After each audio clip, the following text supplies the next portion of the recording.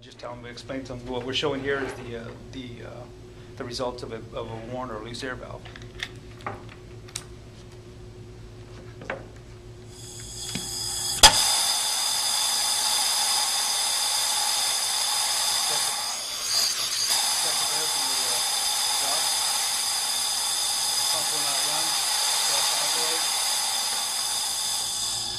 That's caused by a worn air valve.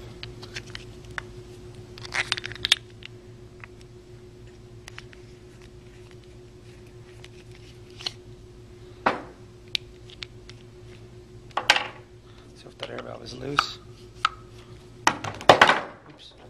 So we'll do it again. So if the air valve is loose, there's no tension to hold that valve up, you know it's worn. You know that's a worn air valve.